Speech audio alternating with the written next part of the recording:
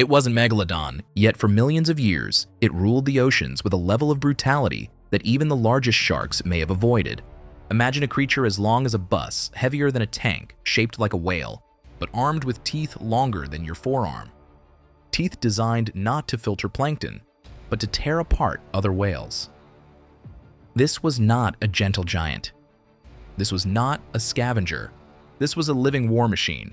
Its name was Leviathan, and today, we're bringing back the monster time tried to erase. Stay with me, because by the end of this video, you'll understand why this creature may have been one of the most terrifying predators to ever exist, and why its disappearance changed the oceans forever. For nearly 12 million years, Leviathan lay buried beneath layers of rock, sand, and silence. No legends survived. No myths remembered it clearly. Unlike dinosaurs, it never became a household name, and yet, when paleontologists finally uncovered its remains, they immediately understood something chilling. This was no ordinary whale. In 2008, in the arid coastal deserts of Peru, a team of researchers stumbled upon a massive fossilized skull. Time had damaged it badly, but enough remained to send shockwaves through the scientific community. Fragments of the upper and lower jaws were still visible, and embedded within them, teeth. Not small teeth, not vestigial remnants, but some of the largest functional teeth ever found in a marine predator. From that moment on, one thing became clear. The oceans of the past were far more dangerous than we ever imagined. The creature was named Leviathan melville, a reference to the biblical Leviathan, the ancient sea monster said to embody chaos and destruction. And for once, the name wasn't exaggerated. Leviathan belonged to the same broad family as modern sperm whales, toothed cetaceans. But that's where the similarities mostly end. Physically, it resembled a sperm whale in overall shape, a massive, blocky head at the front, a thick and muscular body. But everything about it was exaggerated. Bigger, heavier, more aggressive. While modern sperm whales primarily feed on squid, Leviathan had a very different diet. It hunted large marine vertebrates, including other whales. Estimates suggest adult Leviathan individuals measured between 13.5 and 17.5 meters in length, comparable to a modern sperm whale. But size alone doesn't tell the full story. Some individuals likely exceeded 60 tons in weight, the equivalent of stacking 30 small cars together. This wasn't just a large animal. It was a moving fortress of muscle and bone, perfectly adapted for violent, close-range combat in the ocean. At first glance, you might think, so, just a really big sperm whale. That assumption would be a mistake. Leviathan's true horror was hidden inside its skull.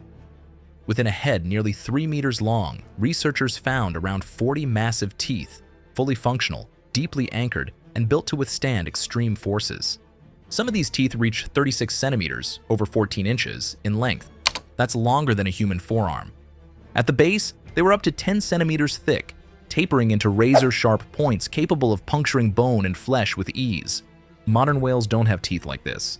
In fact, no living cetacean does. These were not decorative. They were not evolutionary leftovers. They were weapons. What made Leviathan's bite especially deadly wasn't just size. It was design. The teeth were slightly angled and interlocked when the jaws closed, functioning like an enormous pair of biological scissors. As the mouth snapped shut, the teeth slid past one another, slicing through flesh rather than simply crushing it. Fossil analysis reveals microscopic wear patterns and lateral scratches, showing that the teeth rubbed against each other repeatedly, a sign of violent, repeated biting through thick tissue. This wasn't a predator that took polite bites. It ripped, tore, and shredded its prey. Deep roots anchored each tooth firmly into the jaw, allowing Leviathan to withstand the violent thrashing of massive prey weighing several tons. This wasn't scavenging behavior. This was active, frontal predation. Because of these features, scientists place Leviathan in a special, informal category, hypercarnivorous toothed whales. These were the apex predators of their time, the raptors of the sea.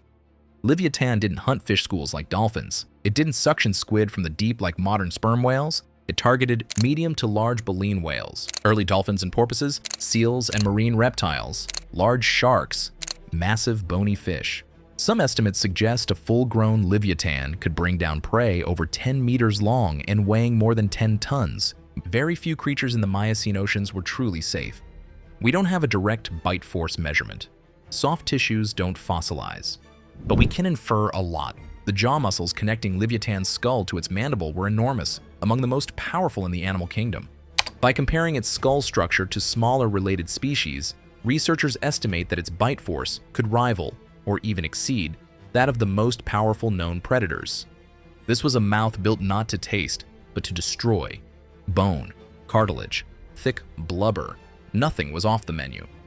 Maintaining a body of this size required an enormous amount of energy. Leviathan likely consumed hundreds of kilograms of meat every single day, but brute force alone isn't enough in the vast, often murky ocean. Leviathan had another terrifying advantage. Like modern sperm whales, Leviathan possessed a massive supracranial cavity in the front of its skull. This structure likely housed an oil-rich organ similar to the spermaceti organ found in modern sperm whales. This organ allowed it to use advanced echolocation. But given its size, Leviathan's sonar may have been on another level entirely. It could likely detect prey at extreme distances, navigate turbid, low-visibility waters, identify large animals through sound alone, possibly even disorient or stun prey using intense acoustic blasts.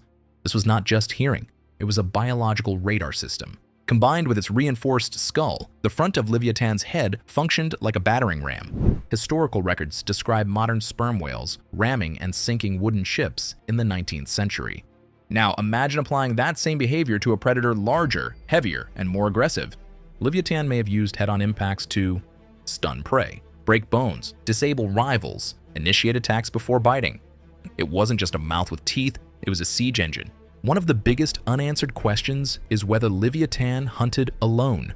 Many toothed whales today are highly social, forming coordinated groups. If Leviathan behaved similarly, even occasionally, the implications are terrifying. Imagine multiple massive silhouettes moving together through a Miocene bay, using echolocation to coordinate attacks. Group hunting would have allowed them to take down even larger prey, overwhelm defenses, and dominate entire coastal ecosystems. We can't say for certain, but it's a possibility that sends chills down the spine. And Leviathan wasn't alone. During the same period, another titan ruled the seas, Megalodon, the largest shark to ever live. For millions of years, these two monsters coexisted. Did they fight? There's no direct fossil evidence of a final cinematic clash, but comparisons are inevitable. Megalodon likely surpassed Leviathan in raw bite force and length. Leviathan, on the other hand, had greater maneuverability, advanced sonar, possibly social coordination. Among modern apex predators, full-scale battles between healthy adults are rare. The risk of fatal injury is too high. More likely, they avoided each other when possible, competing indirectly, preying on juveniles, injured animals, or overlapping territories. A tense coexistence, a cold war of giants. Leviathan fossils are primarily found in the southern hemisphere, especially Peru and Chile, though its range may have been global. It likely favored coastal, shallow waters, rich in life. Imagine the scene: medium-sized baleen whales, early orcas, dolphins and porpoises, seals and marine reptiles, penguins and seabirds, massive schools of fish, marine crocodiles, a wide array of sharks. It was a true oceanic Wild West. Leviathan thrived from the late Miocene to the early Pliocene, roughly 10 to 5 million years ago. So why did it disappear? The answer isn't a single event.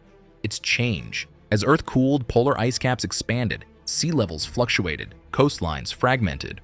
Baleen whales adapted by growing larger and feeding on booming plankton populations, becoming too massive for a close-range predator like Leviathan to hunt efficiently. Meanwhile, faster, more social dolphins and early orcas rose in dominance. The ecosystem shifted. And Leviathan, perfectly adapted to its world, could not adapt fast enough to the new one. Leviathan wasn't wiped out in an epic final battle with Megalodon. It wasn't outmatched by a single rival. It was caught in the slow, relentless machinery of evolution, climate, resources, competition. The giants had their time. And then, the page turned. On one hand, it's impossible not to feel awe. Who wouldn't want, from a very safe distance, to glimpse the square-headed silhouette of Leviathan cutting through ancient waves?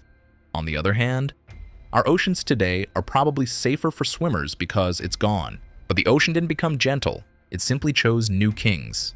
Leviathan teaches us something profound. There is no such thing as absolute dominance in nature.